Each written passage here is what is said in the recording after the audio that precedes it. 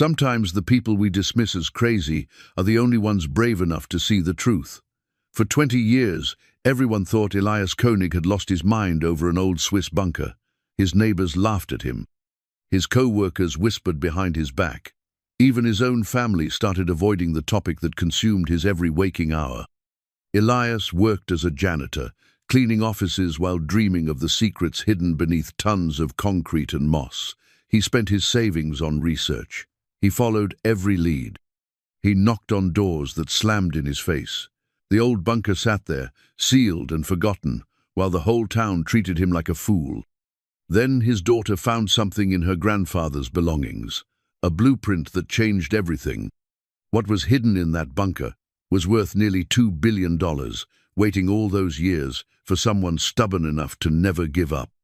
But what could be so valuable that it was worth hiding for decades?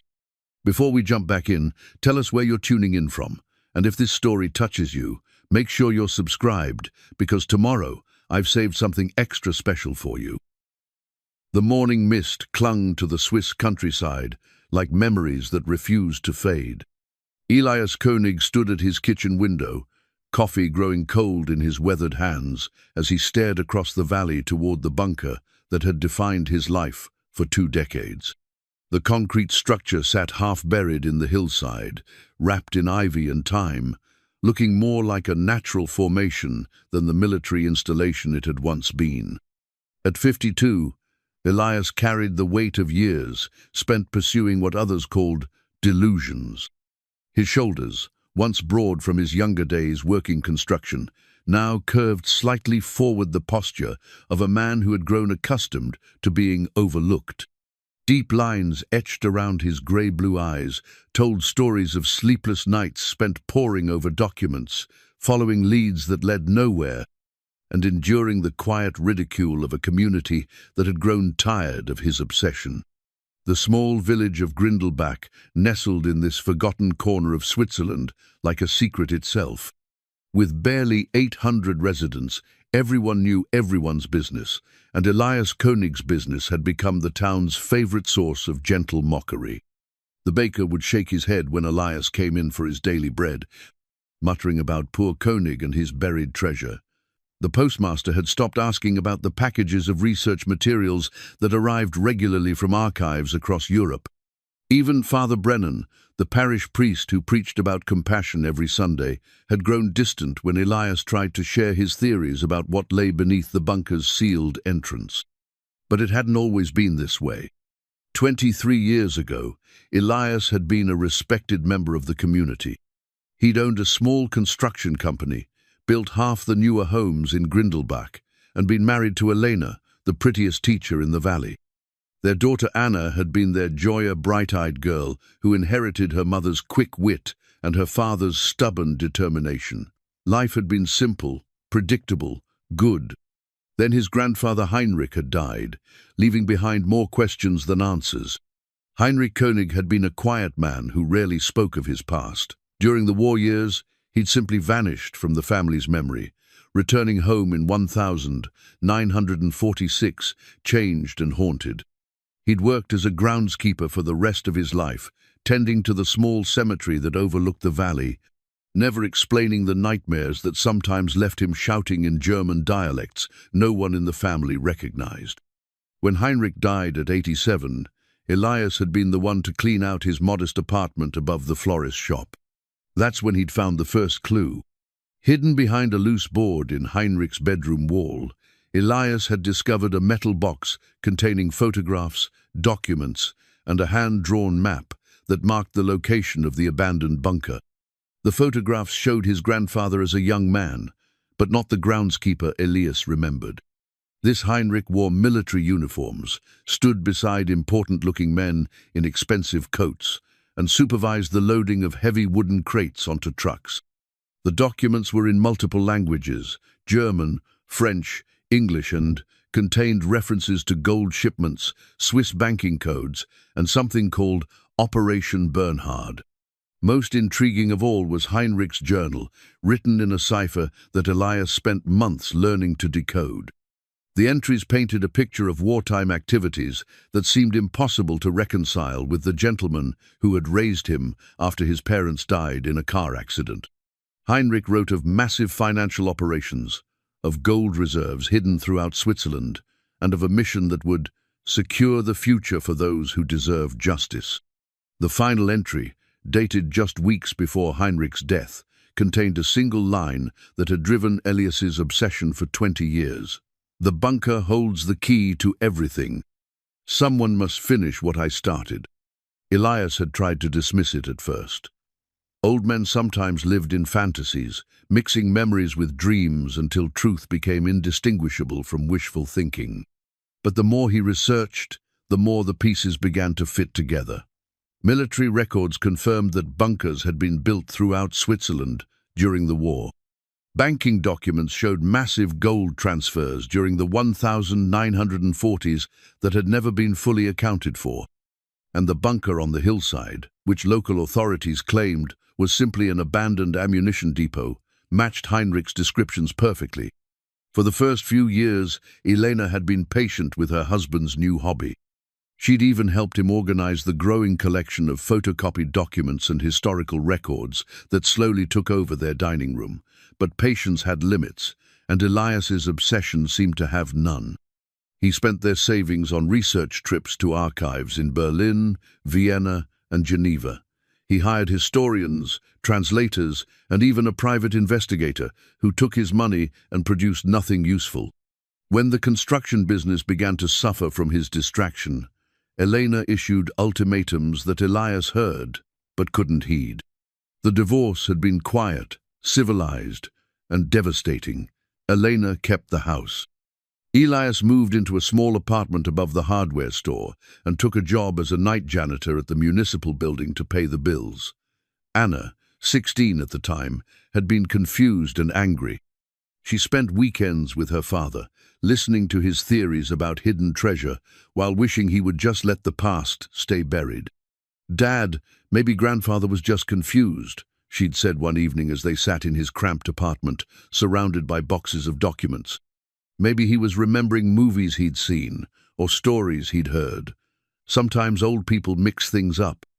Elias had looked at his daughter, so practical, so much like her mother, and felt the familiar ache of isolation. How could he explain that this wasn't about money or treasure, but about understanding who his grandfather really was? How could he make her see that Heinrich's secrets were part of their family's story, part of who they were? "Maybe you're right," he'd said, knowing she wasn't, knowing he couldn't stop even if she was. The years that followed had settled into a rhythm of quiet persistence. Elias worked his janitorial shifts, methodically cleaning the offices of people who had once been his peers, then spent his days researching, investigating, following leads that always seemed to end just short of real answers. His small apartment became a museum of obsession walls covered with photocopied documents, maps marked with colored pins, and a worn leather journal where he recorded every new piece of information, no matter how small. The townspeople had grown used to seeing him walking the path to the bunker, sometimes carrying surveying equipment borrowed from the municipal building, sometimes just sitting on the hillside, staring at the sealed concrete entrance. Children dared each other to approach crazy König and ask about his treasure hunt. Teenagers used the bunker as a gathering place, spray-painting graffiti on the walls while joking about the old man who thought he'd found a gold mine. Anna had grown up, graduated from university with honors, and returned to Grindelbach to teach at the local primary school. She lived with her mother, but visited her father regularly, bringing groceries and gentle attempts to redirect his attention toward more practical pursuits. At 27, she had inherited Elena's beauty and Elias's stubbornness, though she applied the latter trait to more conventional goals, like building her teaching career and maintaining a relationship with Marcus, a banker from the next town over, who tolerated her eccentric father with polite bewilderment. "You know people talk, Dad," Anna would say during their Sunday dinners, her voice gentle but concerned. "The children at school sometimes ask me about the treasure hunter. Marcus's colleagues make jokes when they find out whose daughter I am." Elias understood the social cost his obsession had imposed on his family.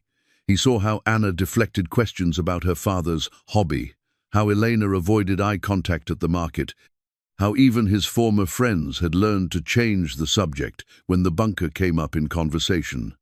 But understanding the cost and being able to pay it were different things entirely.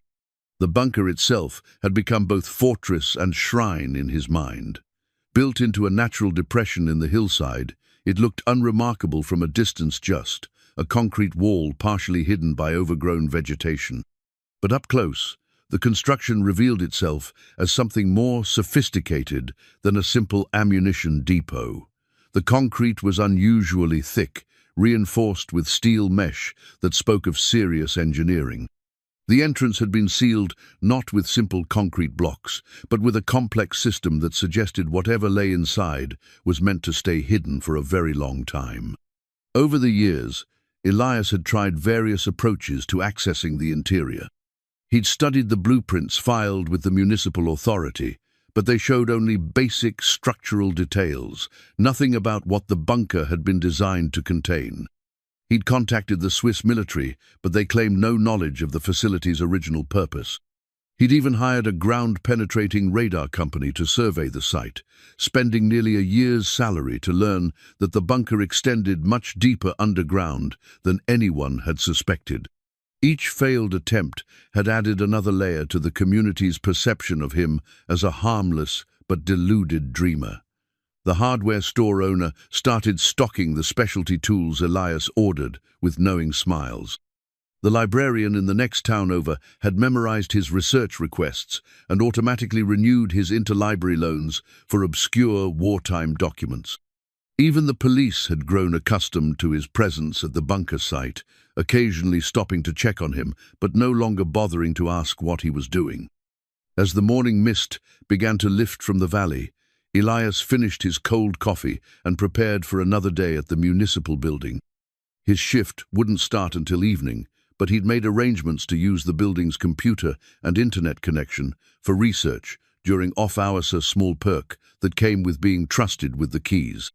The building's historical records room had also become his unofficial second office, a place where he could spread out documents and work without curious visitors interrupting his concentration.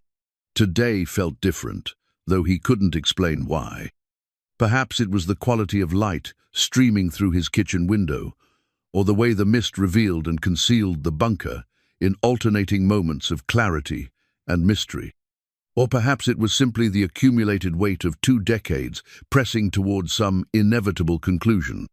He gathered his worn leather satchel, checking that it contained his grandfather's journal, the decoded translations he'd completed over the years, and the latest batch of documents he'd received from a military archive in Austria. The routine was comforting in its familiarity, the same preparation, the same sense of purpose, the same quiet determination that had sustained him through 20 years of disappointment and ridicule. As he stepped outside into the crisp mountain air, Elias Koenig didn't know that this would be the last ordinary morning of his life. By tomorrow, everything would change. The blueprint that would transform his obsession into vindication was already waiting in his daughter's apartment, hidden among her late grandfather's belongings, where it had remained undiscovered for 7 years. But for now, he was still just the town's gentle eccentric, walking purposefully toward another day of chasing shadows and following dreams that everyone else had long since abandoned. Anna Koenig had always been methodical, a trait that served her well as a primary school teacher, but sometimes frustrated her more spontaneous friends. This particular Saturday morning found her in her late great-grandfather Heinrich's storage room, finally tackling the boxes of belongings that had sat untouched in her mother's attic for 7 years. Elena had been asking her to sort through Heinrich's things for months, preparing to convert the attic space into a proper guest room. "Just take what you want and donate the rest," her mother had said. "There's nothing valuable up there anyway, just an old man's memories." But Anna approached the task with the same careful attention she brought to lesson planning. Each item deserved consideration, each photograph a moment of respect for the grandfather she'd barely known. Heinrich had died when she was 20, and her memories of him were fragments-our gentleman, who always smelled of pipe, tobacco, and earth, who would sit quietly in the corner during family gatherings, watching with eyes that seemed to hold secrets. The first few boxes contained predictable items: work clothes that smelled faintly of cemetery soil, a collection of pressed flowers between the pages of prayer books, photographs of graves he'd tended over the decades. Anna found herself smiling at pictures of Heinrich with various families at burial services, always standing respectfully in the background, his presence a quiet comfort during their moments of grief. It was in the fourth box that everything changed. Wrapped in an old wool blanket at the bottom of a container marked "Personal Papers," Anna found a leather portfolio that felt heavier than its size suggested. The leather was worn smooth, the kind of patina that came from decades of handling. As she lifted it, something metallic clinked inside, a sound that made her pause with sudden attention. Inside the portfolio, Anna discovered items that seemed to belong to a different person entirely. First was a military decoration she didn't recognize, an iron cross suspended from a black and white ribbon. The metal was tarnished but well preserved, clearly significant enough to have been carefully stored. Beneath it lay several photographs that made her breath catch. These weren't the gentle cemetery keeper she remembered, but a younger Heinrich in what appeared to be military uniform, standing beside men in expensive coats next to railcar after railcar of wooden crates. But it was the blueprint that stopped her completely. Unfolded, the document revealed itself as a detailed architectural drawing, yellowed with age but remarkably preserved. The technical specifications were in German, but Anna's university language studies were sufficient to understand the basic elements. This was a structural plan for an underground facility, a bunker system with multiple chambers, reinforced walls, and what appeared to be an elaborate locking mechanism. At the bottom of the blueprint, in Heinrich's careful handwriting, someone had written coordinates. Anna's heart began beating faster as she recognized the numbers. She'd grown up in this valley, hiked these hills since childhood. These coordinates pointed to the exact location of the bunker her father had been obsessing over for 20 years. Anna sat back on her heels, surrounded by boxes and memories, trying to process what she'd discovered. Her father's theories, dismissed by everyone, including herself, suddenly didn't seem quite so impossible. If Heinrich had possessed detailed blueprints of the bunker, if he'd been involved in its construction or operation, then perhaps Elias's decades of research hadn't been the delusion everyone believed. She carefully photographed the blueprint with her phone, then continued searching through the portfolio. Additional documents revealed a complexity to Heinrich's wartime activities that challenged everything the family thought they knew about him.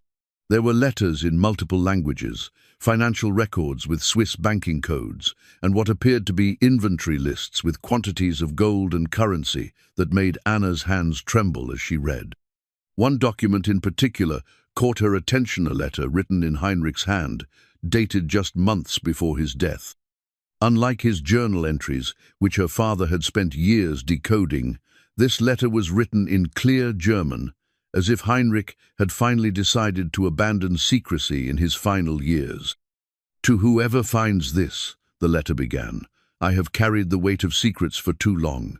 What we did during the war was necessary, but the work was never finished. The bunker contains more than gold. It contains justice for those who deserved it, but never received it. The key to everything lies in understanding that we were not criminals, but custodians. Someone must complete what we started." Anna read the letter 3 times, each reading deepening her understanding of the burden her great-grandfather had carried. This wasn't about treasure hunting or personal enrichment. Heinrich had been part of something larger, something that had haunted him for decades until his death.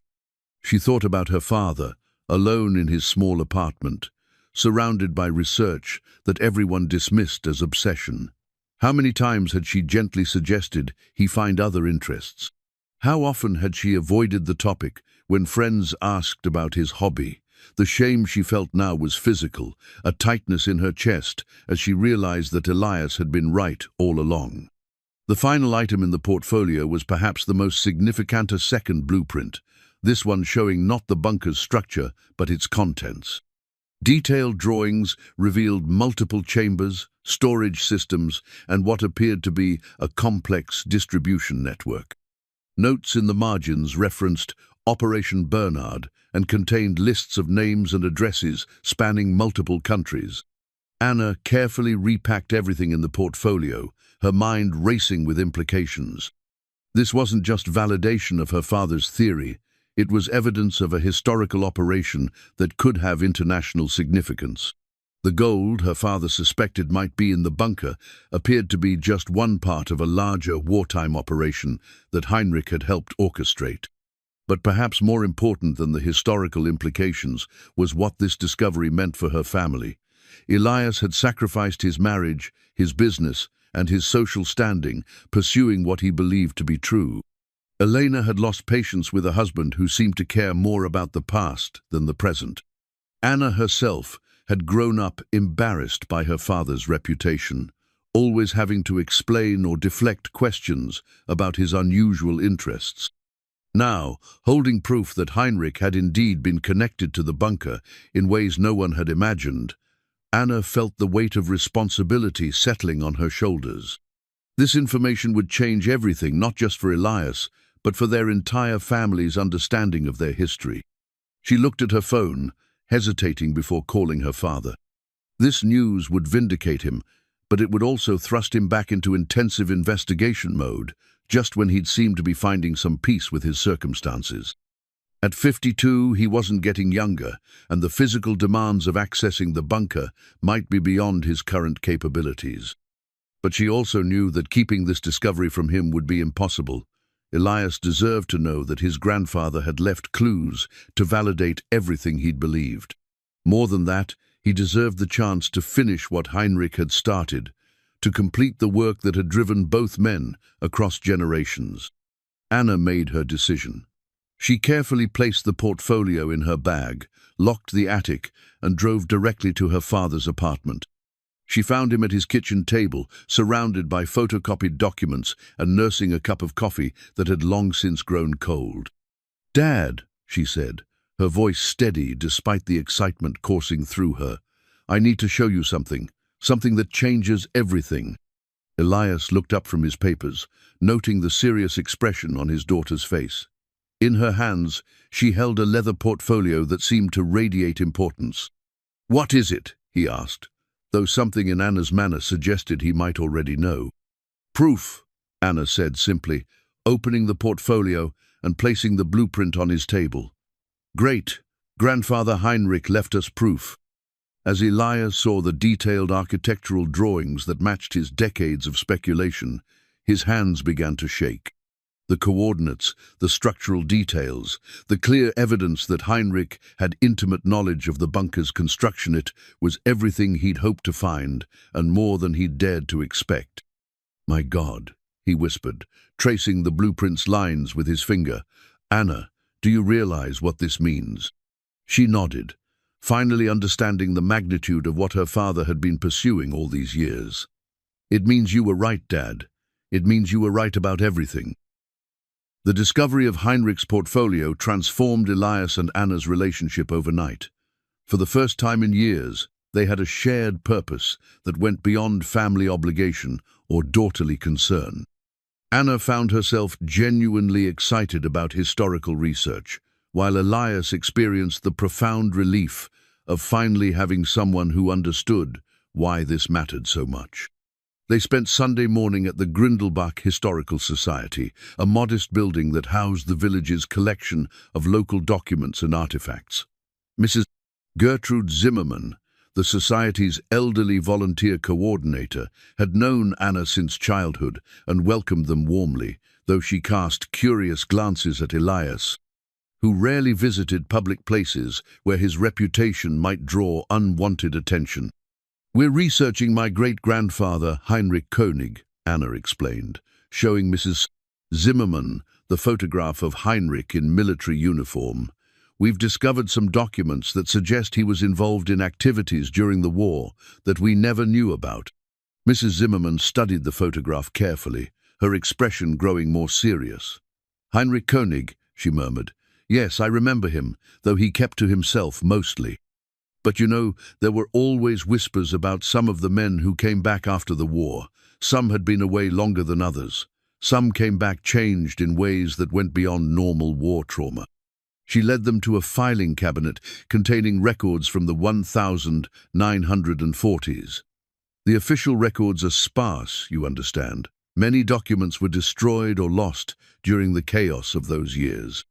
But we do have some immigration records, some census data from after the war. What they found painted a picture of Heinrich's life that added new layers to the mystery. According to official records, Heinrich had left Grindelbach in 1942 to work in a munitions factory.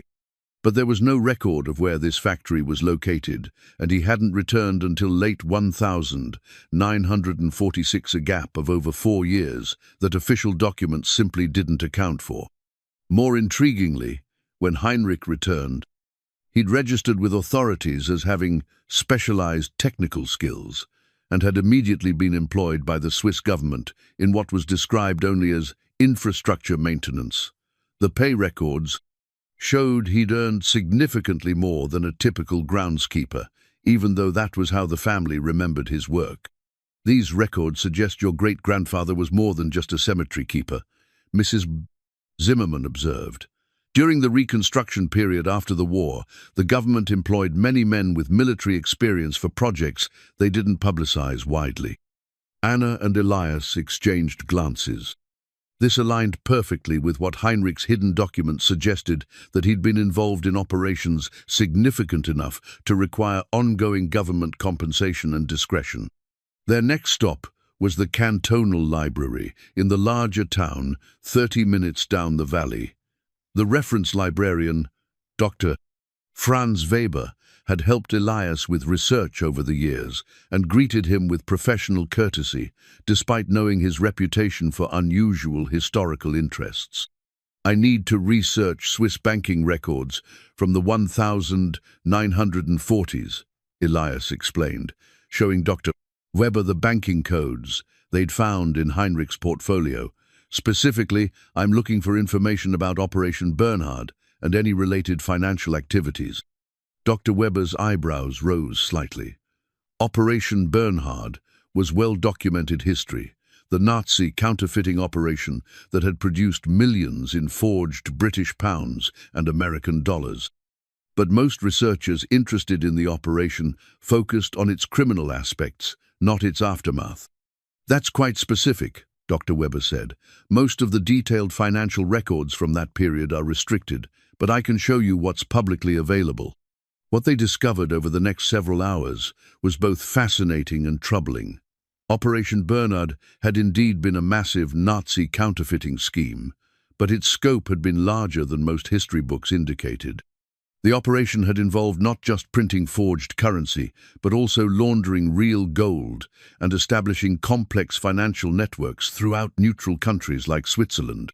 More significantly, they found references to a recovery operation that had been conducted by Allied forces after the war.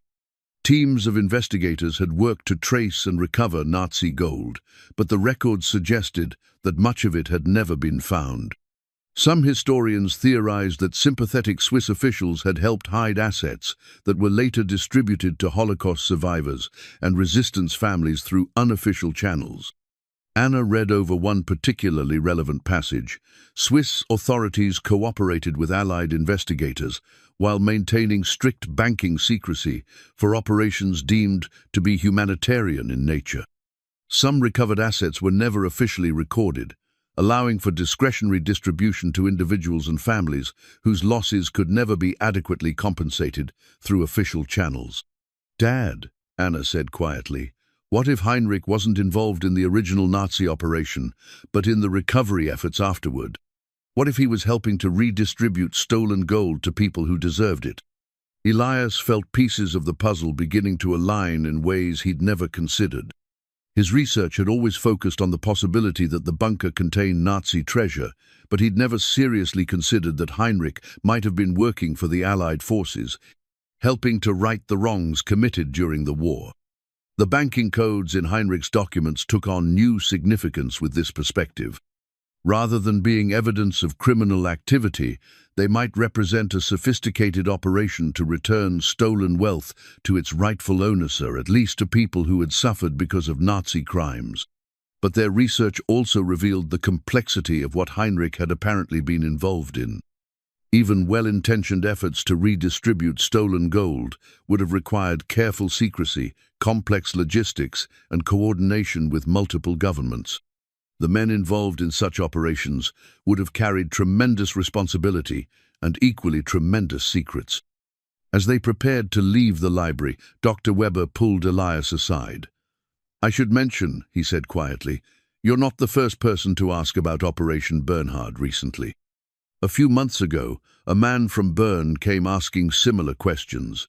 He was interested specifically in Swiss banking records from that period and mentioned Grindelbach by name." Elias felt a chill of concern. What kind of man? Official government business? He didn't say, but he had the bearing of someone with authority. Expensive suit, official manner. He asked very specific questions about wartime banking activities and seemed particularly interested in any records related to gold storage facilities. Anna and Elias exchanged worried glances.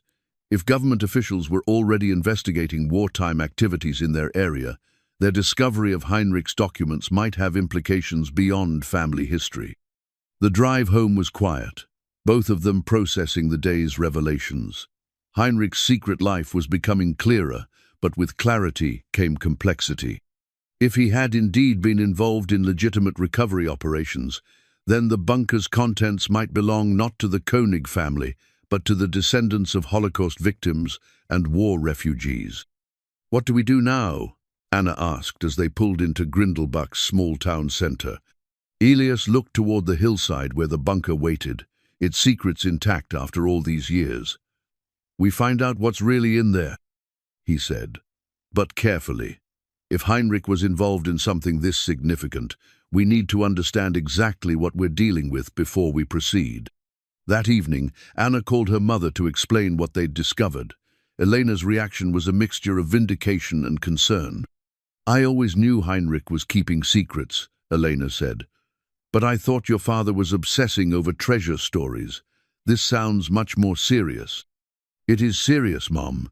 Dad wasn't chasing fantasies. He was following real clues about real historical events."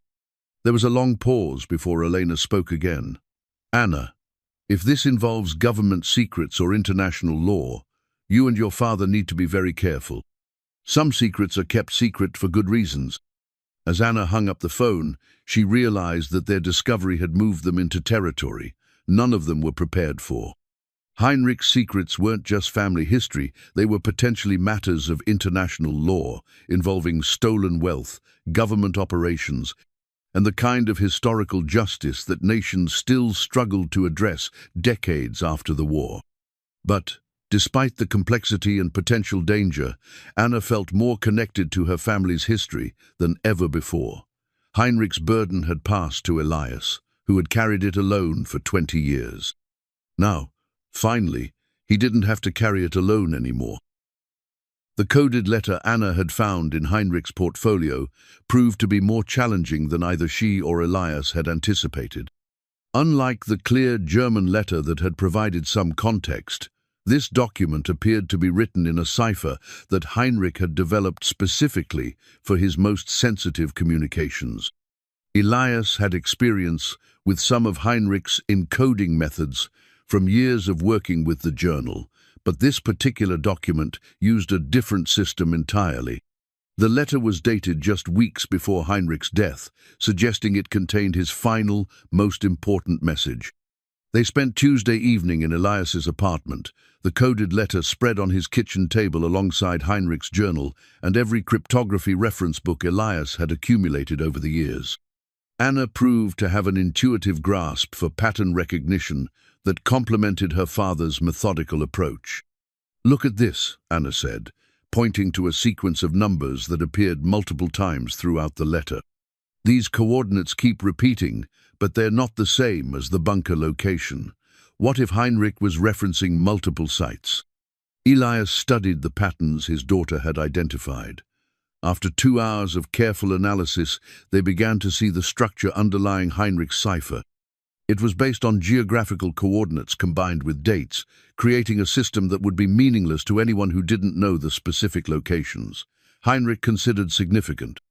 When they finally decoded the complete letter, its contents were more extraordinary than anything they'd expected.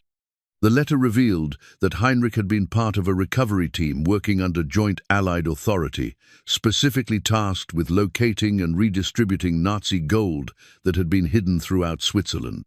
But rather than simply returning the gold to general Allied funds, Heinrich's team had been given discretionary authority to ensure the wealth reached people who had been directly harmed by Nazi actions. More significantly, Heinrich wrote of a network of sites throughout the Alps where recovered gold had been temporarily stored, while investigations determined the most appropriate recipients. The bunker near Grindelbach was just one node in this network, but according to Heinrich's letter, it had become the central repository when other sites were compromised or discovered. Operation Bernhard, Heinrich had written in his decoded message, was only the beginning. We became the custodians of justice that the official systems could never provide. But the work was never finished. Too many families never received what was rightfully theirs, and too much gold remains hidden, waiting for someone to complete the distribution. The letter contained specific references to bunker contents that made Elias's heart race. According to Heinrich, the facility contained not just gold bars, but detailed records of Nazi theft, lists of affected families, and a distribution plan that would direct recovered wealth to specific individuals across Europe and beyond. But perhaps most importantly, Heinrich's letter contained explicit coordinates for multiple cache sites and a detailed explanation of the bunker's locking mechanism. The system required not just physical keys, but knowledge of specific historical dates and locations that served as combinations for the various security levels. Anna looked up from the decoded letter, her face pale with the magnitude of what they'd discovered. "Dad, this isn't just about our family anymore. If Heinrich was telling the truth, there are people all over Europe whose families are owed this gold. People who never knew their inheritance was sitting in a bunker in the Swiss Alps." Elias nodded, understanding the weight of responsibility that was settling on their shoulders. "And if we don't act on this information, it dies with us. Heinrich's mission remains unfinished, and all those families never receive what should rightfully be theirs." But their euphoria over solving Heinrich's cipher was short-lived. As Anna was leaving her father's apartment Wednesday evening, she was approached by a well-dressed man who had been waiting beside her car. "Miss Koenig," he said in accented English, "my name is Thomas Brunner. I work for the Federal Department of Finance. I wonder if we might have a conversation about some historical documents that may have recently come to your attention." Anna felt her stomach clench with sudden fear. "I'm sorry, but I'm not sure what you're referring to." Brunner smiled, but it didn't reach his eyes. "I think you are. Your father has been conducting research into wartime activities for many years. Recent inquiries at libraries and historical societies suggest that research has become more specific lately, more productive." "My father's research is a hobby," Anna said carefully. "He's interested in local history, nothing more." "Miss Koenig, let me be direct. Swiss authorities have been monitoring certain wartime sites for decades. We're aware when people begin asking specific questions about operations that were classified for very good reasons. Your great-grandfather Heinrich Koenig was involved in activities that remain sensitive today." Brunner stepped closer, his manner becoming more serious. "I'm not here to threaten you or your father, but I am here to suggest that some historical investigations are better left to appropriate authorities. If Heinrich Koenig left documents or information that relates to wartime financial operations, those materials should be turned over to proper channels." Anna tried to keep her voice steady. "Are you saying my family doesn't have the right to our own great-grandfather's belongings?" "I'm saying that some belongings involve matters of national security and international law. The gold that may or may not be hidden in certain locations doesn't legally belong to the families of men who participated in recovery operations. It belongs to the countries and institutions that are still working to resolve wartime claims." The implicit threat in Brunner's words was clear.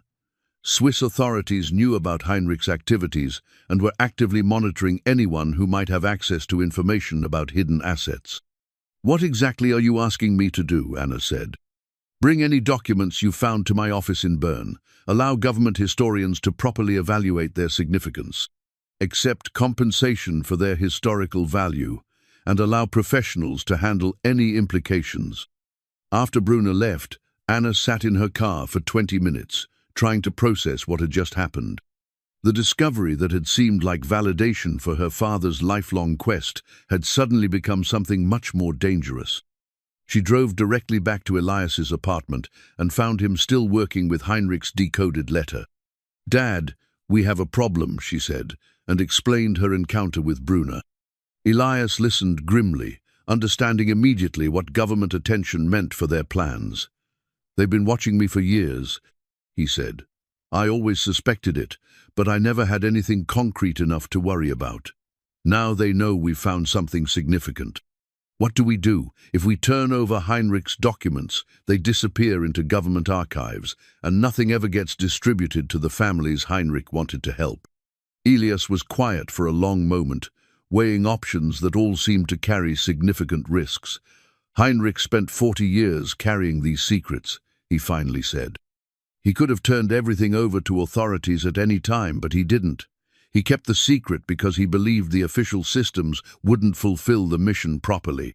But if we proceed without government permission, we're potentially breaking laws we don't even understand. And if we don't proceed, Heinrich's mission dies incomplete, and families who have waited 70 years for justice continue waiting forever."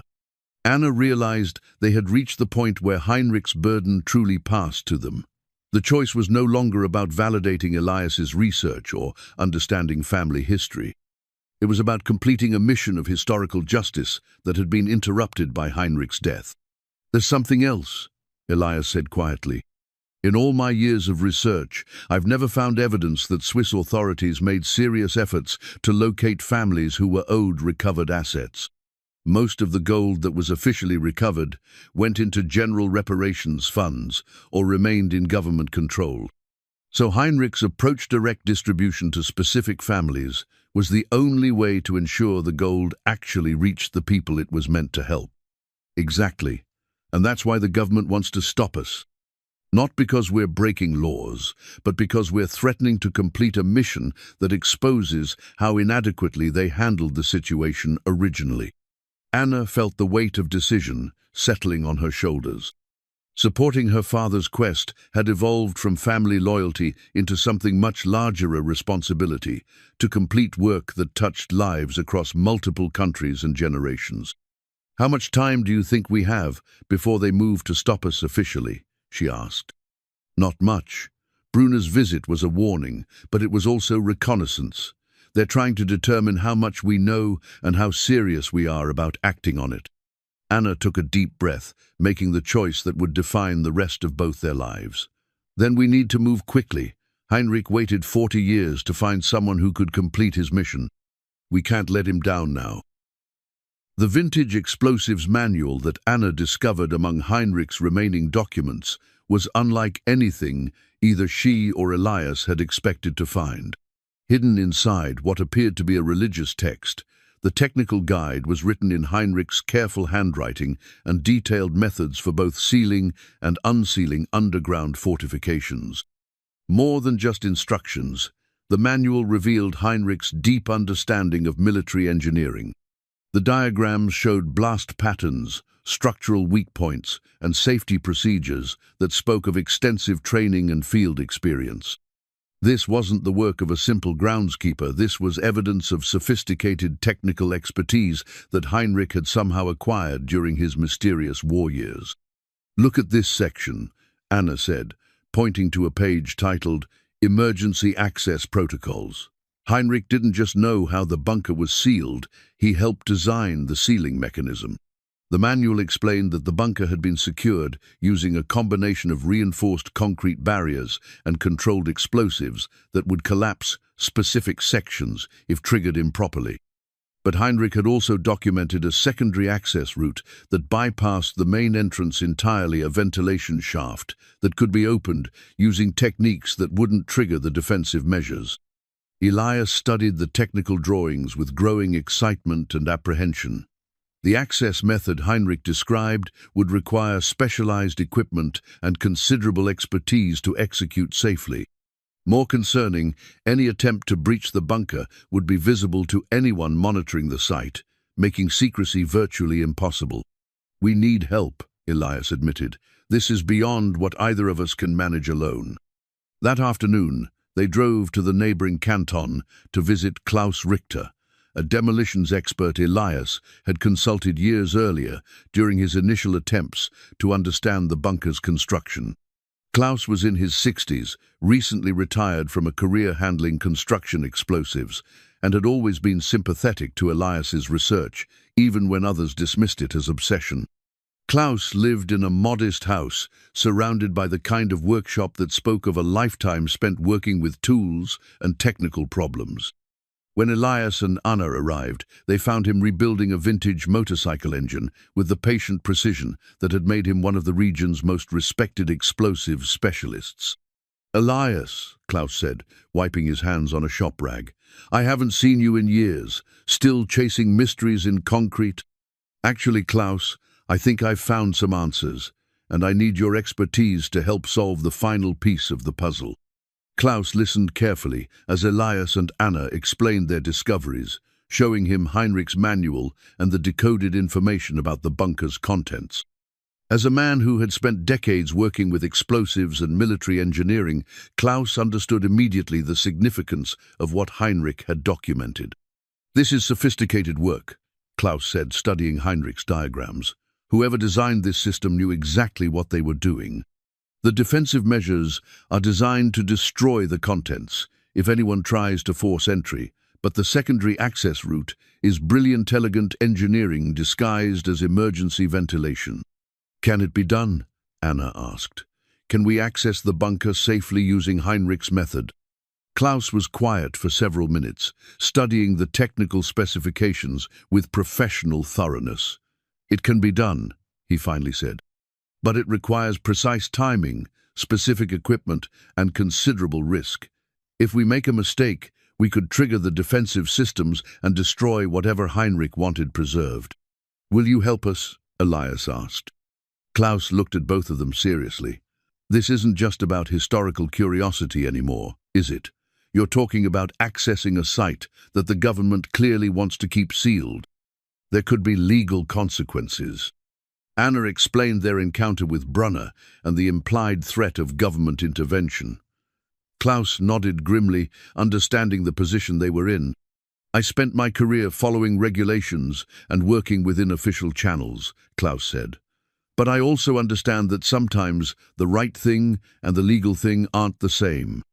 If Heinrich really was trying to help families recover what was stolen from them, and if official channels have failed to complete that work, then someone needs to finish what he started." Klaus agreed to help, but insisted they understand the risks involved. Any attempt to access the bunker would require several days of preparation, specialized equipment, and careful coordination. Moreover, once they began the process, they would be committed to seeing it through. The access method could only be used once, and failure would likely mean permanent loss of the bunker's contents. "There's something else," Klaus added.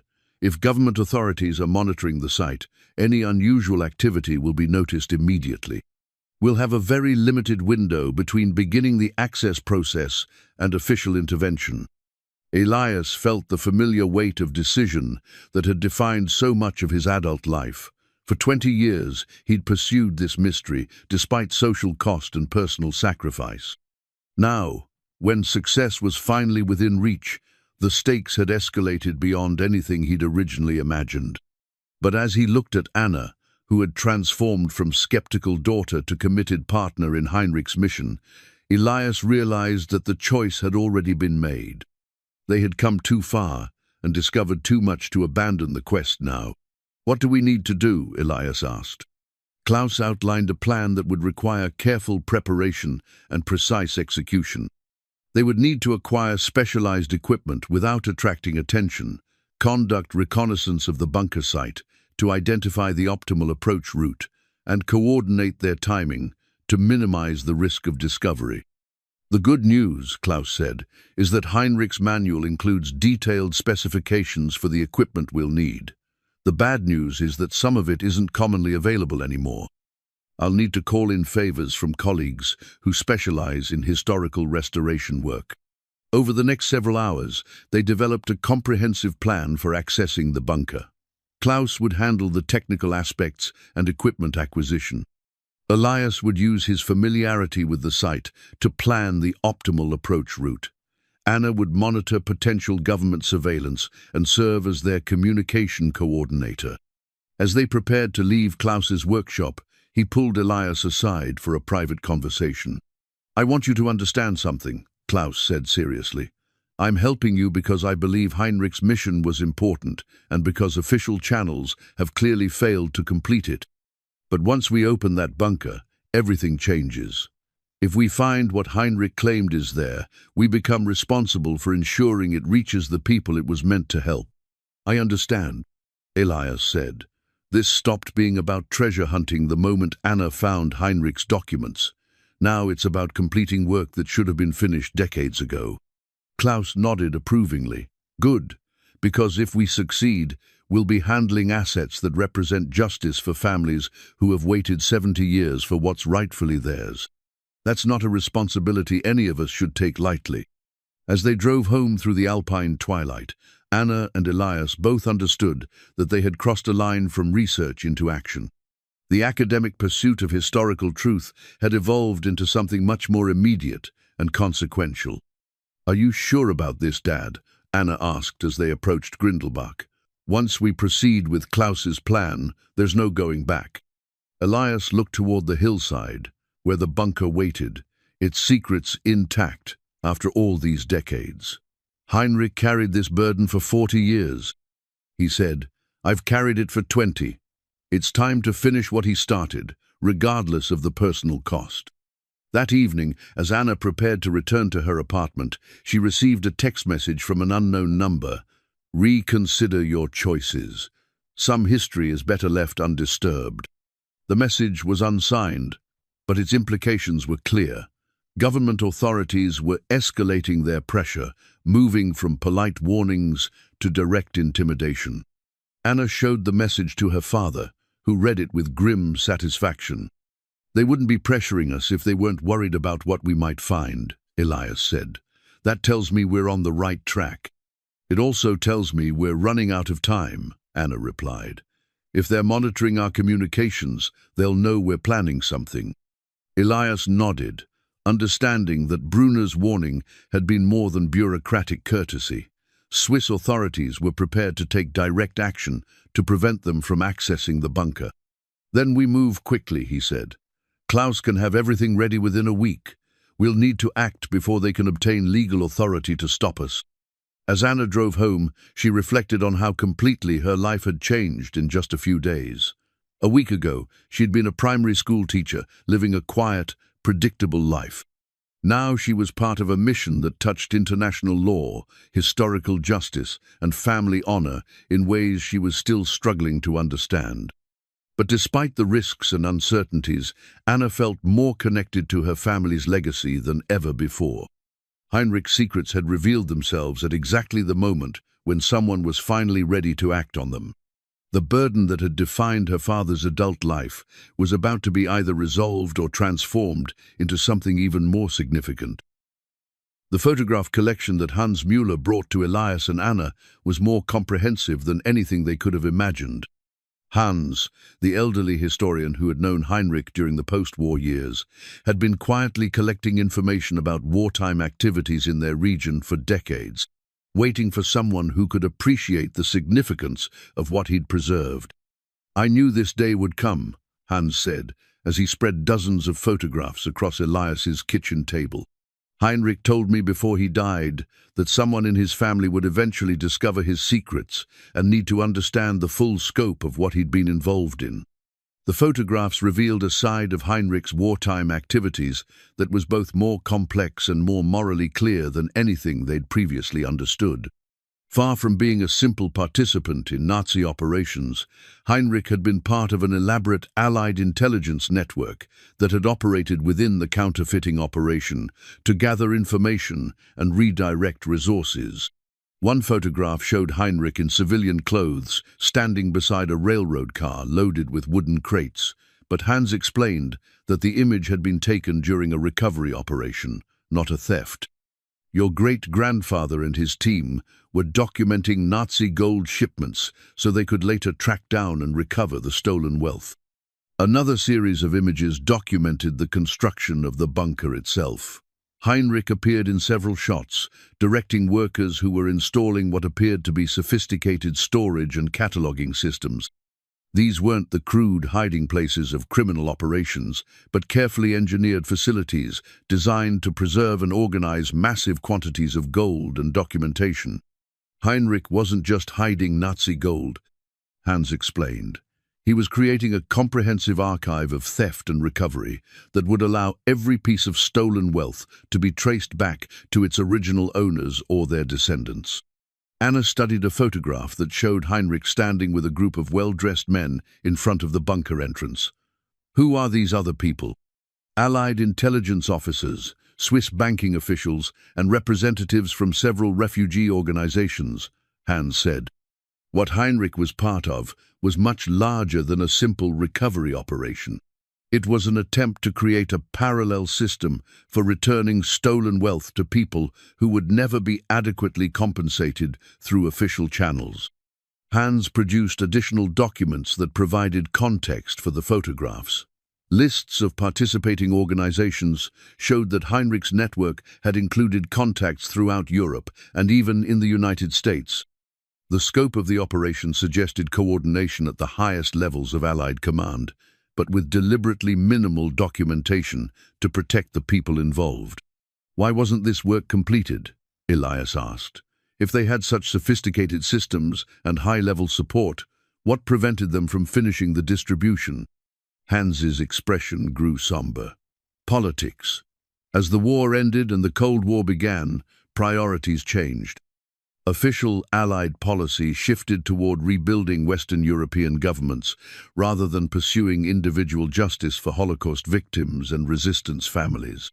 The men involved in operations like Heinrich's were quietly reassigned or encouraged to abandon their work. But Heinrich didn't abandon it, Anna said. No, he didn't.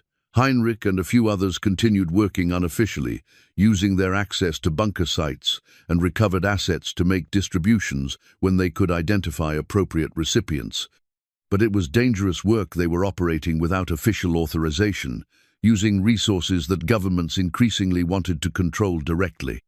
Hans showed them a photograph that made Anna gasp. Heinrich standing with a woman and two children in front of a modest house, handing them what appeared to be a small wooden box. This was taken in 1953. Hans explained.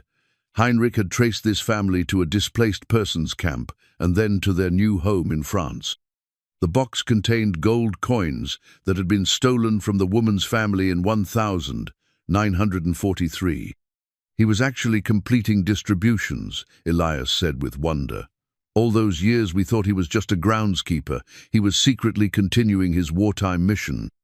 Heinrich made dozens of such deliveries over the years, always carefully, always quietly. But the amount of gold in the bunker was so large, and the number of potential recipients so vast, that one man working alone could only complete a fraction of the intended distributions. Hans pulled out a final photograph that showed the full scope of the challenge Heinrich had faced. It was an image of the bunker's interior, taken during the initial storage phase. Rows upon rows of catalogued containers filled multiple chambers, each marked with coding systems that would allow specific items to be traced to their original owners. This represents justice for thousands of families, Hans said quietly. Gold stolen from Jewish businesses, assets seized from resistance fighters, wealth confiscated from political prisoners, all documented, all waiting to be returned to the people it was stolen from. Anna felt overwhelmed by the magnitude of what Heinrich had attempted. How could one person possibly manage distribution on this scale? He couldn't, which is why he documented everything so carefully. Heinrich hoped that eventually someone would continue the work with better resources and official support. But as years passed and no such support materialized, he became increasingly desperate to find someone in his own family who could complete what he'd started. Hans produced Heinrich's original distribution plan, a thick binder containing lists of names, addresses, and detailed genealogical research. Heinrich spent decades tracking down survivors and descendants. He wanted to ensure that when the distributions finally resumed, they would reach the right people quickly and efficiently. The documentation was staggering in its thoroughness. Heinrich had researched family histories, tracked survivors through displacement camps, and even maintained correspondence with Holocaust survivors' organizations to stay informed about families who were still searching for information about lost relatives and stolen property. Some of these families have been looking for information about their stolen wealth for 70 years, Hans said. They have no idea that Heinrich documented what was taken from them and preserved their inheritance in a Swiss mountain bunker. Elias realized that his 20-year obsession had been about much more than family history or personal vindication. Heinrich had entrusted him with completing a mission of historical justice that affected hundreds of families across multiple countries. "What's our legal position?" Anna asked.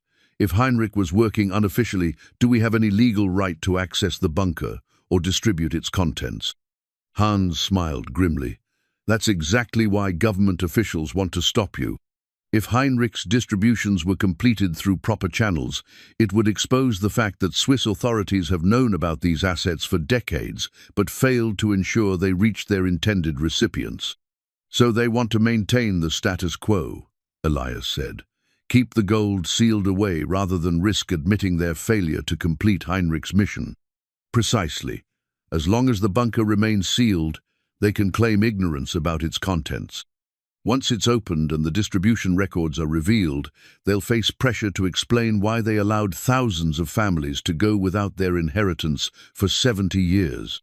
Hans gathered the photographs carefully, preparing to leave them with Elias and Anna. Heinrich carried this burden alone for 40 years because he believed the official systems had failed the people he was trying to help. Now you have to decide whether to trust those same systems or complete Heinrich's work despite their opposition. As Hans prepared to leave, he handed Anna a final envelope. "Heinrich gave this to me shortly before he died, with instructions to deliver it only when his family was ready to act on his legacy." Inside the envelope was a simple note in Heinrich's handwriting. "The work of justice never ends. It simply passes from one generation to the next. I trust you to finish what I could not complete alone." That evening, as Anna and Elias reviewed the photographs and documents Hans had provided, they both understood that they had reached a point of no return. Heinrich's mission was too important and too well documented to abandon, regardless of government pressure or legal complications. "Tomorrow we meet with Klaus to finalize our plans," Elias said. "After seeing these photographs, I'm more convinced than ever that we're doing the right thing." Anna nodded, but her expression was troubled. "I just hope we're prepared for the consequences. Once we open that bunker, we become responsible for ensuring Heinrich's mission is completed properly." "Heinrich managed that responsibility alone for 40 years, Elias replied. "With the three of us working together, and with all the documentation he preserved, we can finish what he started." As they prepared to end the evening, Anna's phone buzzed with another anonymous message. "Final warning. Cease all research activities immediately." Rather than intimidating them, the message confirmed that they were close to something significant enough to warrant escalating government pressure. "They wouldn't be this concerned if we weren't about to expose something important," Anna said. Elias looked toward the hillside where the bunker waited, knowing that tomorrow would begin the final phase of a quest that had defined most of his adult life. Heinrich's photographs had shown them the magnitude of what waited inside, but they had also revealed the profound moral imperative that made the risks worthwhile. The confession letter that Anna discovered in Heinrich's final hidden compartment changed everything they thought they understood about their family's history and their current situation. Hidden behind a false back in Heinrich's old Deska piece of furniture that had sat in Elena's attic for years, the letter was addressed directly to the family member who completes my work. As Anna read Heinrich's final confession aloud, both she and Elias realized that their great-grandfather's story was far more heroic and far more dangerous than anything they had imagined. "I write this in my final months," Heinrich's letter began, "knowing that the truth of my wartime service must be preserved for whoever takes up the burden I could not complete. I was never a Nazi collaborator, though I allowed that impression to persist for 40 years to protect the work I was really doing." The letter revealed that Heinrich had been recruited by British intelligence in 1942, not to work in a munitions factory as family records indicated, but to infiltrate the Nazi counterfeiting operation as a double agent. His technical expertise in demolitions and engineering had made him valuable to the Germans, but his true loyalty had always been to the Allied cause. "Operation Bernhard was real," Heinrich wrote, "but my role in it was to document every aspect of the Nazi theft and laundering operation so that Allied forces could later recover and redistribute the stolen wealth. I spent 3 years gaining the trust of German officers while secretly photographing records, copying distribution lists, and mapping storage locations throughout Switzerland." Anna paused in her reading, overwhelmed by the implications. Dad, great-grandfather Heinrich was a spy, an actual British intelligence operative working undercover in Nazi operations. But Heinrich's confession contained even more startling revelations. When the war ended and official Allied policy shifted away from individual restitution toward general reparations, Heinrich had been ordered to abandon his documentation work and destroy evidence of specific theft records. "I refused," Heinrich wrote. "I had seen the faces of families whose entire life savings had been stolen. I had documented the theft of wedding rings, family heirlooms, and business assets that represented generations of work and hope. I could not simply destroy that evidence and condemn those families to permanent loss. Instead, Heinrich had used his position within the Allied administration to redirect significant quantities of recovered gold to secret storage sites where it could be preserved for eventual individual distribution. The bunker near Grindelbach had been designated as the central repository for this unofficial operation. I became a criminal in the eyes of my own handlers," Heinrich continued, "but I remained faithful to the mission that had originally motivated my service. Justice for individuals mattered more than convenience for governments." The letter explained that Heinrich had operated his distribution network for decades while maintaining his cover as a simple groundskeeper. His employment with the Swiss government had provided access to records and transportation that facilitated his continuing work, but it had also made him vulnerable to discovery if authorities ever decided to investigate his activities seriously. "The work consumed my life," Heinrich wrote, "but it was work that honored the memory of those who died and validated the sacrifices of those who survived. Every family that received their stolen inheritance was a victory against the forces that had tried to erase them from existence." As Anna continued reading, she discovered that Heinrich's network had been much larger than they'd previously understood.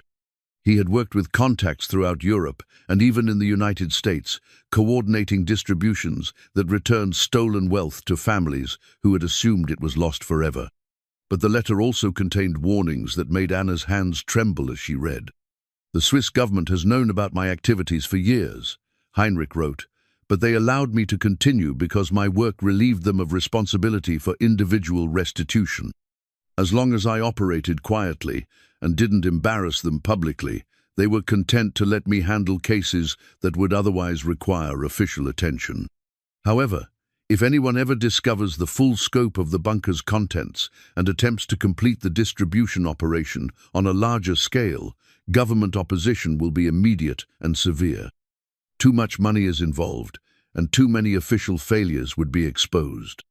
Heinrich's letter made clear that the Swiss authorities' current pressure on Elias and Anna wasn't simply about maintaining secrecy, it was about preventing exposure of their decades-long failure to complete restitution, work that should have been official government responsibility.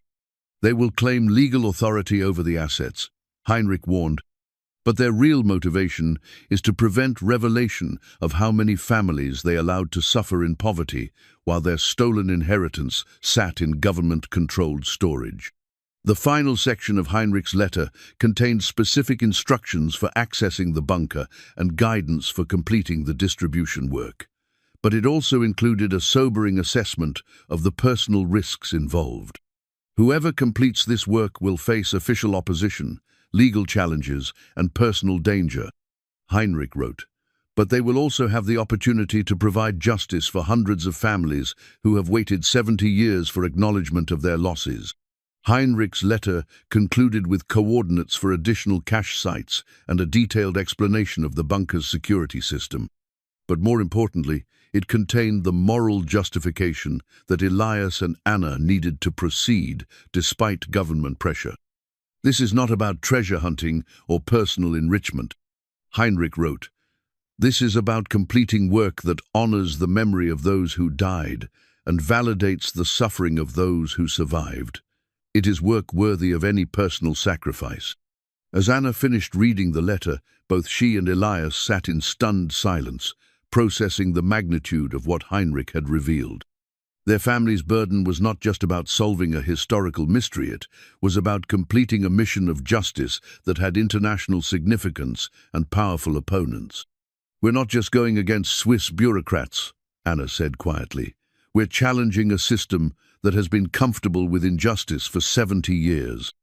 Elias nodded, understanding that Heinrich's confession had elevated their mission beyond anything they'd originally contemplated.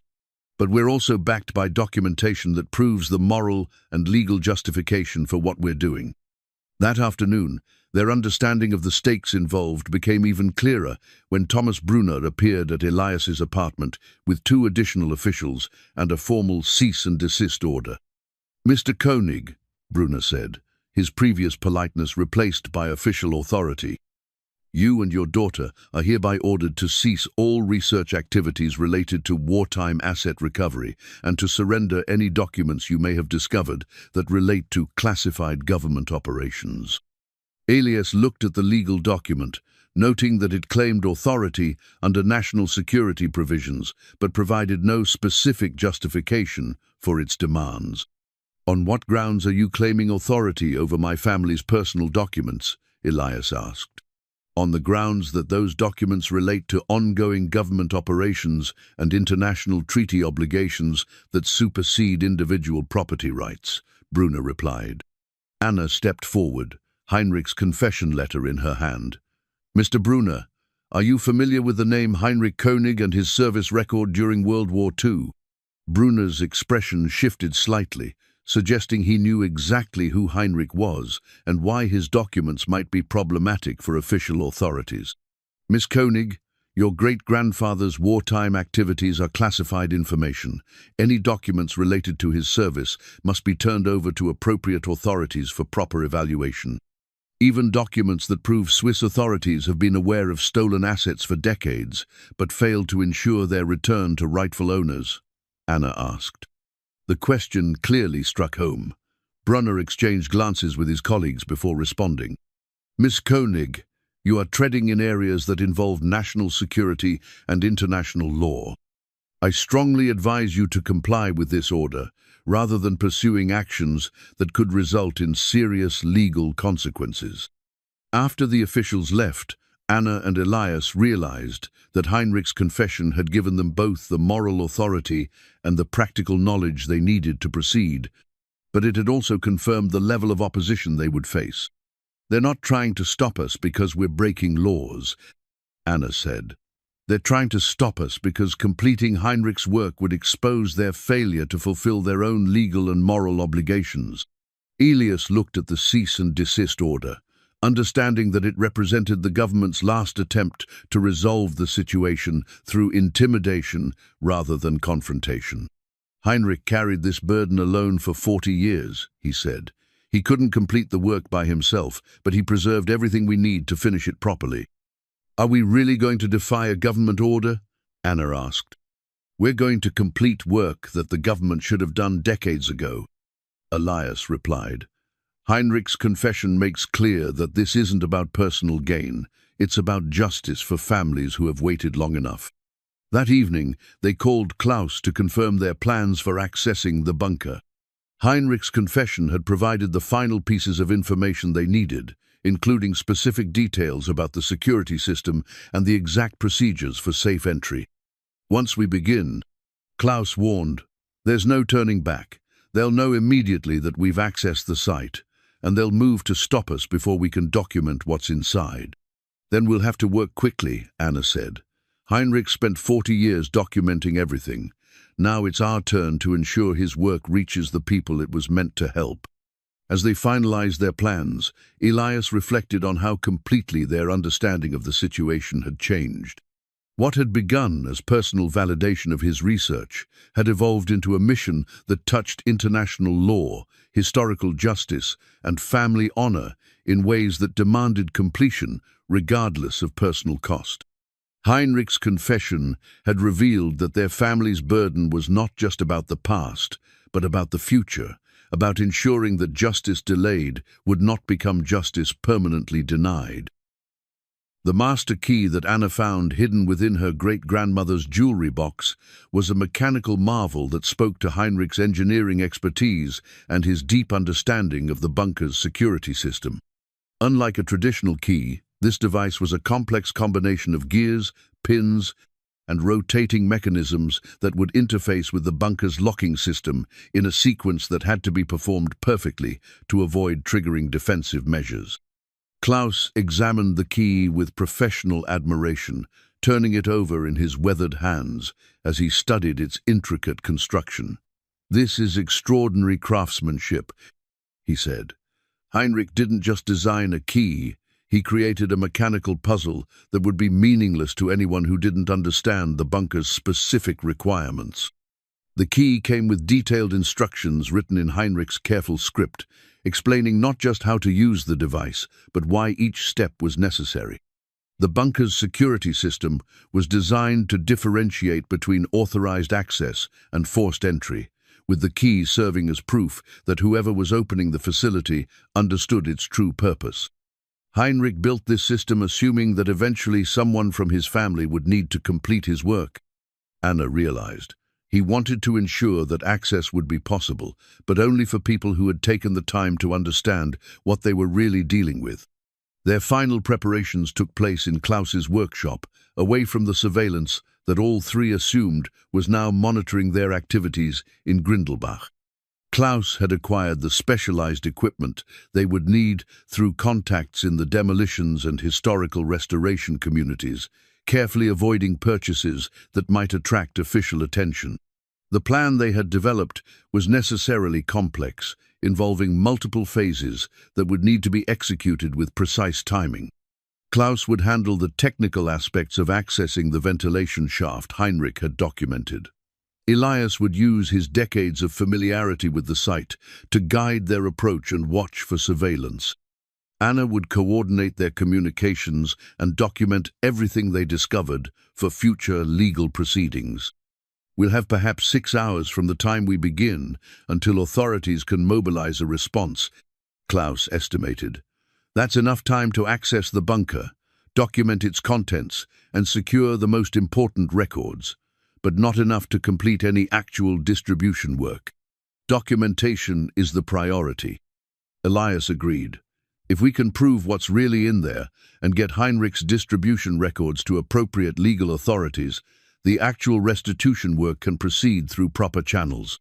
But even as they finalized their technical preparations, the emotional weight of what they were attempting settled heavily on all three of them. This wasn't just about accessing a hidden bunker, it was about completing work that had defined Heinrich's life and driven Elias's obsession for 2 decades. Anna found herself thinking about the families Heinrich had documented, people who had spent 70 years not knowing that their stolen inheritance was preserved and waiting for them. Children had grown up in poverty, while their families' wealth sat in a Swiss mountain bunker. Entire family lines had struggled financially, while never knowing that their great-grandparents' savings had been recovered and earmarked for their return. The moral weight of that knowledge made the legal and personal risks they were taking feel not just justified, but necessary. As word of their plans spread through their small network of supporters, unexpected assistance began to emerge. Hans Müller provided additional historical documentation that would help establish the legal foundation for their actions. Mrs. Browns, Zimmerman from the Historical Society, offered to serve as a witness and document custodian if they succeeded in accessing the bunker. Even Elena, Anna's mother, surprised them by offering her support despite years of frustration with Elias's obsession.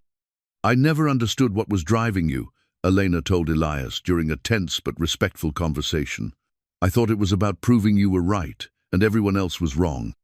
But reading Heinrich's confession let her understanding that this is about helping families recover what was stolen from them that changes everything.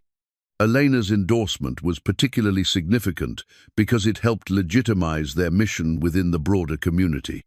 Rather than being seen as Elias's final desperate attempt to validate his theories, their plan began to be understood as a family's effort to complete important historical work that had been left unfinished. The media attention that began building around their story was both helpful and problematic. A local newspaper reporter, who had heard rumors about their research, contacted Anna for an interview, and her careful explanation of Heinrich's wartime service generated broader interest in the story. Within days, journalists from Zurich and Geneva were making inquiries about the Swiss resistance hero, whose family was trying to complete his unfinished mission. The attention brought public support, but it also made it impossible for government authorities to ignore their activities. "We're reaching the point where this becomes a public matter rather than a private family issue," Anna observed. "Once the media is involved, the government can't simply make us disappear quietly." But media attention also meant they were racing against time in new ways. If their story became widely known before they could access the bunker, authorities might move to seal the site permanently rather than risk public embarrassment. Thomas Brunner confirmed this concern when he made one final attempt to dissuade them from proceeding. "Mr. Koenig, Miss Koenig," he said during what he described as their last opportunity for reasonable resolution, "you need to understand that this situation has escalated beyond local concerns.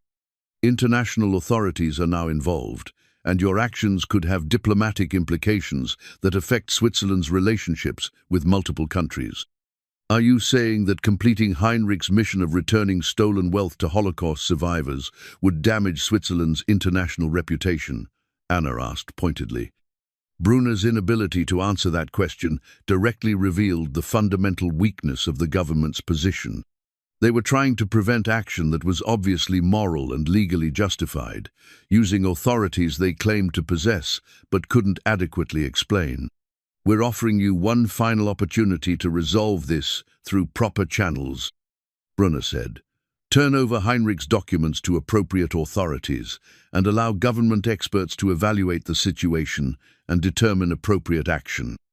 "The same government experts who have allowed families to go without their inheritance for 70 years, Elias replied. "Heinrich spent 4 decades trying to complete work that should have been official government responsibility. We're not going to add another decade to that delay." After Brunner left, Klaus arrived to confirm that all their technical preparations were complete. The equipment was ready, the access route had been surveyed, and weather conditions for the following day would be optimal for their operation. "This is our last chance to reconsider," Klaus said seriously. "Once we begin tomorrow, we're committed to seeing this through, regardless of consequences." Anna looked at her father, seeing in his face the determination that had sustained him through 20 years of ridicule and doubt. Elias had never wavered in his belief that Heinrich's secrets were important, and now that they knew the full scope of what those secrets contained, abandoning the mission was unthinkable. "Heinrich trusted his family to complete what he couldn't finish alone," Anna said. We're not going to let him down. That evening, as they conducted their final review of Heinrich's instructions and Klaus's technical plans, all three understood they were on the eve of events that would either vindicate decades of work or result in consequences none of them could fully predict. But the moral clarity of their mission made the choice straightforward. Hundreds of families had been waiting 70 years for justice that government authorities had failed to provide. Heinrich had preserved everything necessary to complete that work, and his family was finally in a position to honor his legacy. As Anna prepared to leave for what might be their last normal evening, she reflected on how completely her understanding of family responsibility had changed. A week ago, her primary concern had been helping her father find peace with his unrealistic dreams. Now she understood that those dreams were actually a mission of historical justice that demanded completion regardless of personal cost. Tomorrow we find out whether Heinrich's 40 years of work can finally help the families he was trying to serve, she said. Elias nodded, feeling the weight of anticipation and responsibility that had defined so much of his adult life. Tomorrow we complete what he started, no matter what it costs us personally. The master key sat on his kitchen table, its intricate mechanisms reflecting the lamplight like a promise of revelation. In 12 hours, they would discover whether Heinrich's engineering and documentation were sufficient to unlock secrets that had waited 70 years for the right moment and the right people to bring them into the light. The morning mist clung to the hillside as Elias, Anna, and Klaus made their way to the bunker site, carrying equipment that Klaus had disguised as routine geological survey tools. They had begun their approach before dawn, using paths that Elias knew would minimize their visibility from the main road, while still allowing them to transport the specialized gear they would need. Heinrich's instructions had been precise about timing the access sequence needed to be initiated during specific atmospheric conditions that would allow the ventilation system to function properly. The early morning mist provided exactly the humidity levels Heinrich had specified, suggesting his engineering had accounted for environmental factors that went far beyond simple mechanical access. As they reached the bunker site, Klaus conducted a final survey using ground-penetrating radar equipment that confirmed Heinrich's structural diagrams. The facility extended much deeper underground than the visible exterior suggested, with multiple chambers connected by corridors that had been carefully designed to preserve whatever was stored inside. Heinrich's blueprints are absolutely accurate, Klaus reported quietly. The ventilation access point is exactly where he indicated, and the internal layout matches his drawings perfectly. Anna served as lookout, while Klaus and Elias began the delicate process of accessing the concealed ventilation shaft. Heinrich's instructions required them to remove carefully mortared stones in a specific sequence, revealing mechanical components that had been hidden for decades behind what appeared to be natural rock formation. The master key proved to be even more sophisticated than they had realized. Rather than simply unlocking a single mechanism, it activated a series of interlocking systems that had to operate in precise coordination. Klaus worked with the patience of someone who understood that rushing could trigger defensive measures designed to destroy the bunker's contents. First mechanism engaged, Klaus reported after 20 minutes of careful manipulation. The key is activating pneumatic systems that Heinrich built into the ventilation shaft itself. As they progressed through Heinrich's access sequence, it became clear that their great-grandfather had been not just an intelligence operative, but an engineer of exceptional skill. The security system he had designed was elegant in its complexity, requiring both technical knowledge and specific historical information to operate correctly. Each step in the sequence corresponds to a significant date in Heinrich's wartime service. Anna realized, reading from his detailed instructions. He built his own history into the access protocol. After 2 hours of meticulous work, Klaus successfully engaged the final mechanism in Heinrich's sequence. The concealed entrance to the ventilation shaft opened with a soft hiss of equalizing air pressure, revealing a perfectly preserved access route that looked as if it had been maintained despite decades of abandonment. Heinrich's engineering is remarkable, Klaus said with professional admiration. This system has been automatically maintaining optimal conditions inside the bunker for 70 years. The descent into the bunker was both thrilling and sobering. Heinrich's ventilation shaft was equipped with safety features and lighting systems that activated as they descended, suggesting he had anticipated that eventually someone would need to use this route under emergency conditions. When they finally reached the main chamber, all three stood in stunned silence at what Heinrich's documentation had preserved. The bunker's interior was a masterpiece of organization and preservation. Rows of climate-controlled storage containers lined the walls, each labeled with coding systems that corresponded to Heinrich's distribution records. But more impressive than the scale of the storage was the comprehensive documentation system Heinrich had created. Multiple chambers contained not just recovered gold and valuables, but detailed records of theft, victim identification, and genealogical research that would allow specific items to be returned to their rightful owners or descendants. Heinrich had created what amounted to a comprehensive archive of Nazi theft and Allied recovery that was more complete than any official government repository. "My God," Elias whispered, looking at inventory ledgers that documented the contents of hundreds of storage containers. Heinrich catalogued everything.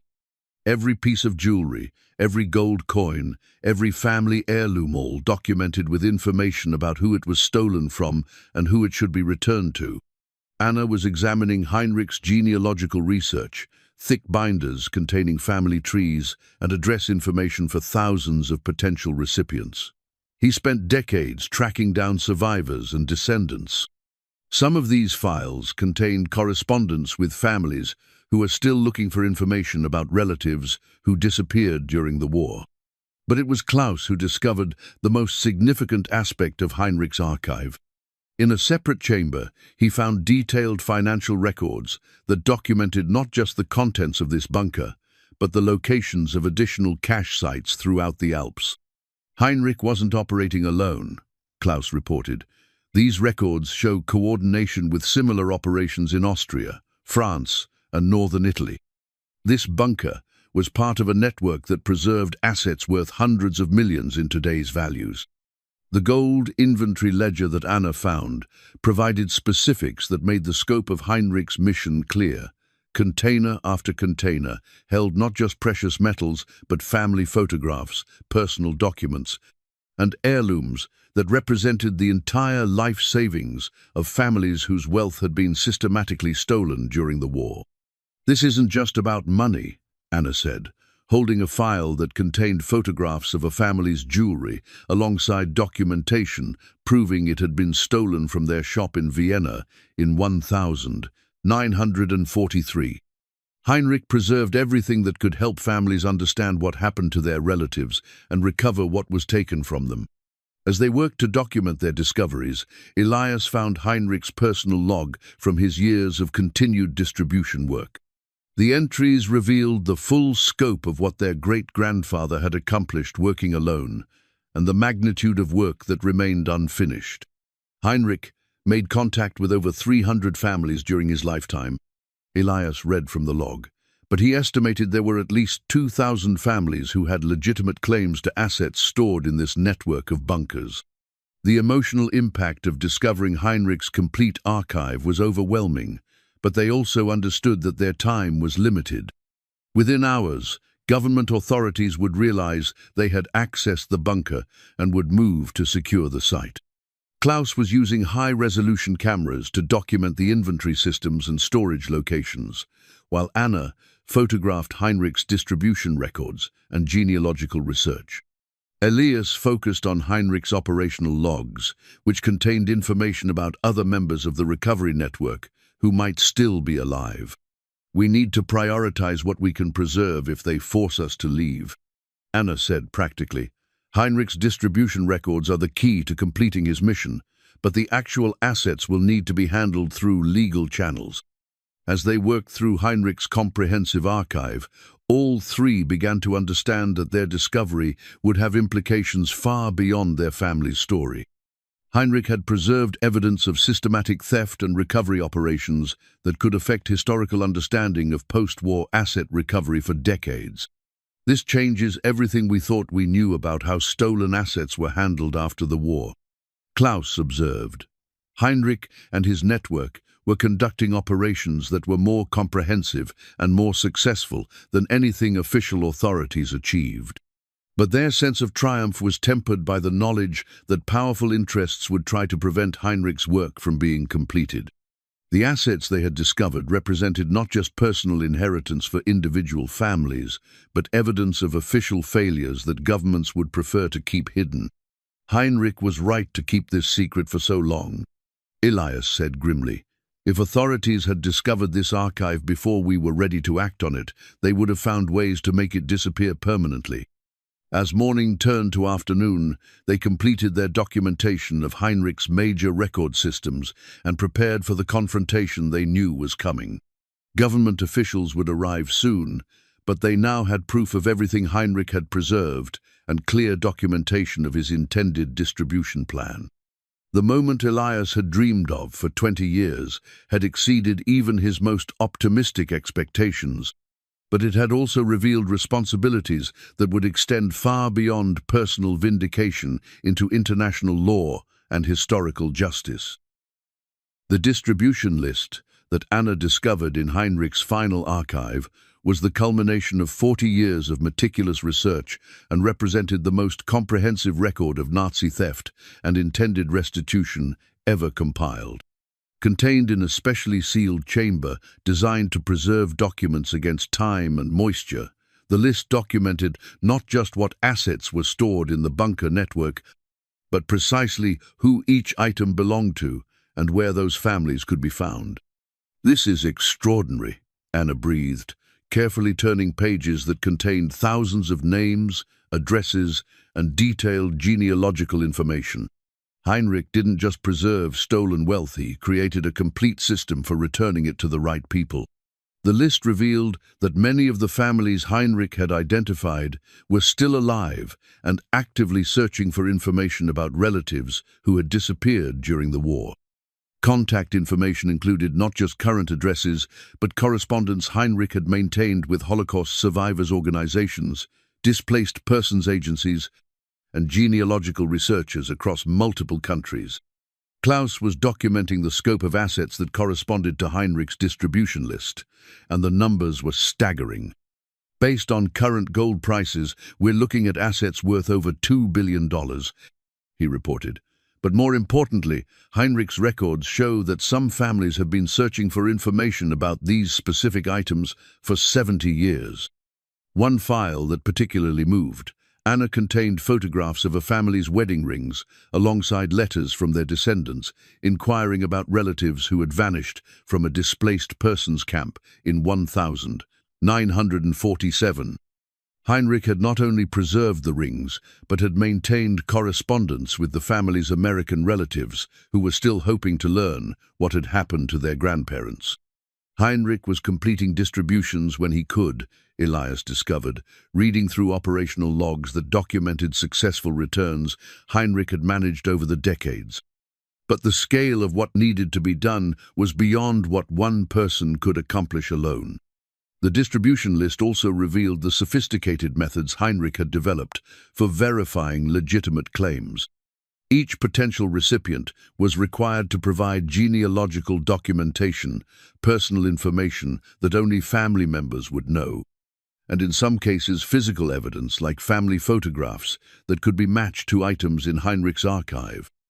Heinrich was protecting against fraud while ensuring that legitimate claims could be processed efficiently, Anna realized.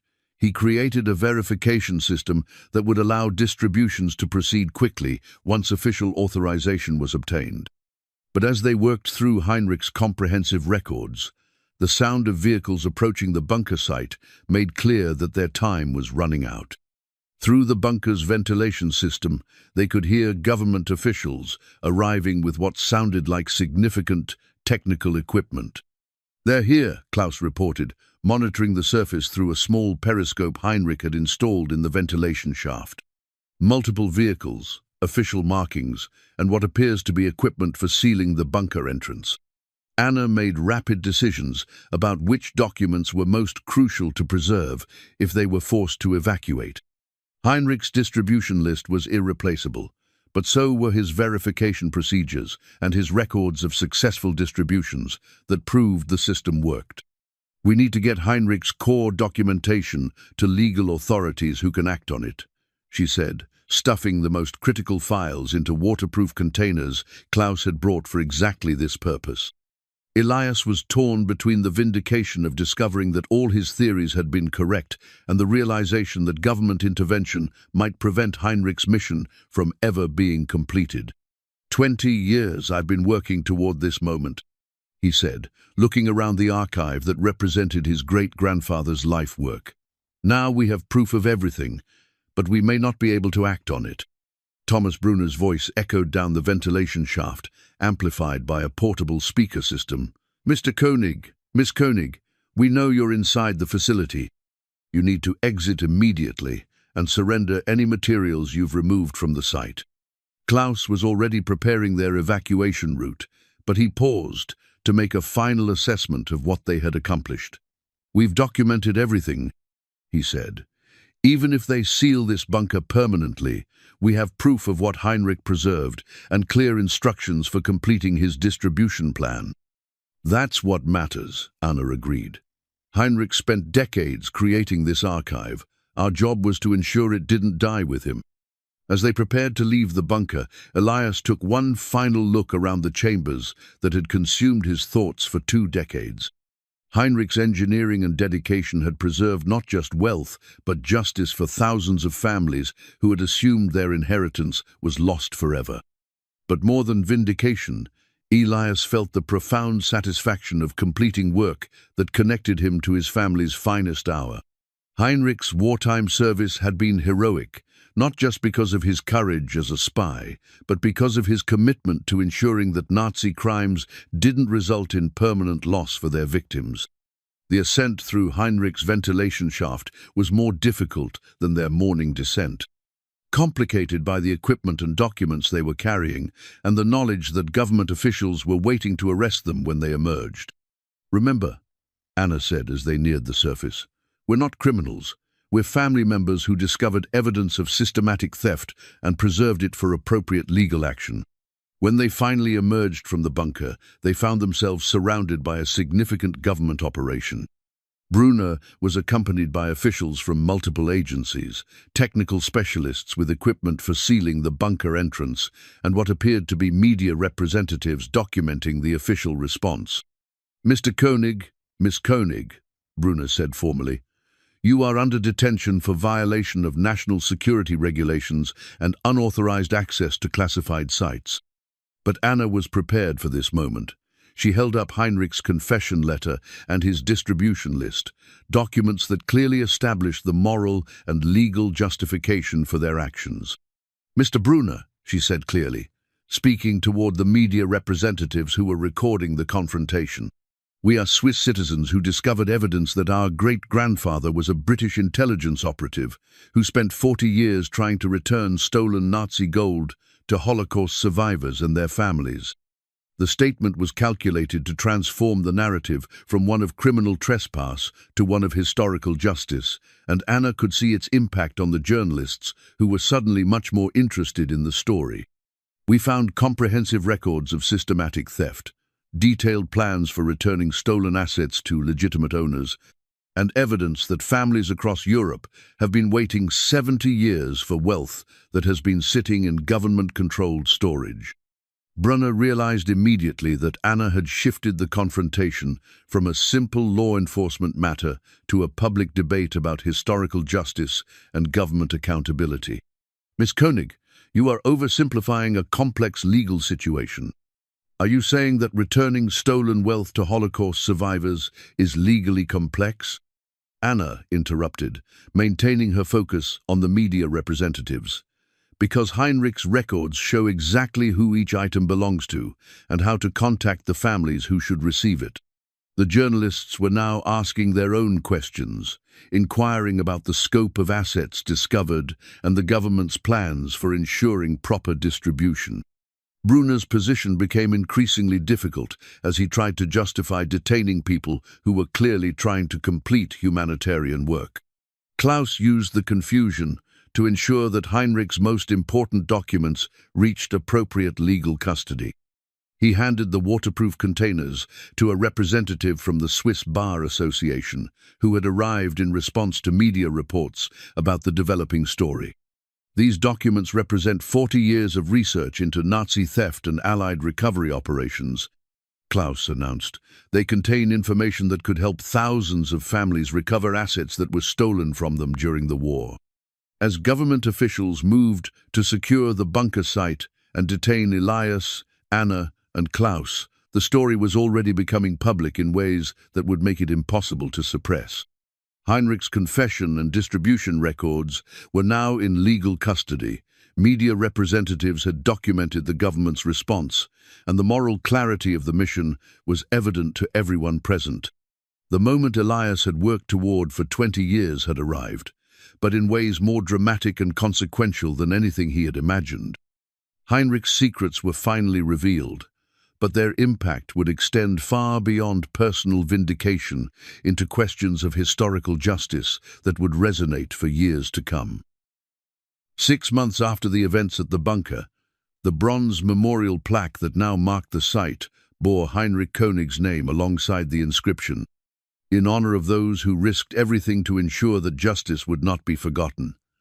The plaque had been installed not by government authorities, but by the families of Holocaust survivors who had finally received assets that Heinrich had preserved for them across 7 decades. Elias stood before the memorial on a crisp autumn morning, no longer the town eccentric pursuing impossible theories, but a respected historian whose persistence had resulted in the largest individual restitution of stolen wartime assets in Swiss history. The legal battles that had followed their discovery of Heinrich's archive had been complex and contentious, but the moral clarity of Heinrich's mission had ultimately prevailed. Anna joined her father at the memorial site, carrying the morning edition of the Neue Zürcher Zeitung, which featured a front-page story about the latest families to receive their recovered inheritance. The König Foundation, established to complete Heinrich's distribution work, had now processed claims from over 400 families across 12 countries. Mrs. Goldstein received her grandmother's wedding ring yesterday, Anna reported, showing Elias a photograph of an elderly woman in Brooklyn holding a simple gold band that Heinrich had preserved for 70 years. She said it was the first physical connection she'd ever had to the family she lost during the war. The aftermath of their discovery had transformed not just their family's reputation, but their understanding of their responsibilities. What had begun as Elias's personal quest to validate his theories had evolved into a mission that touched lives across multiple continents and generations. The legal resolution of their case had established important precedents for individual restitution rights and government obligations to complete wartime recovery work. Swiss authorities, initially resistant to acknowledging Heinrich's unofficial operations, had eventually been compelled by public pressure and international attention to cooperate with the distribution process. The government lawyers argued for months that Heinrich's distributions were unauthorized and legally questionable, Anna recalled. But when families started coming forward with stories about relatives who had been looking for these specific items for decades, public opinion made their position impossible to maintain.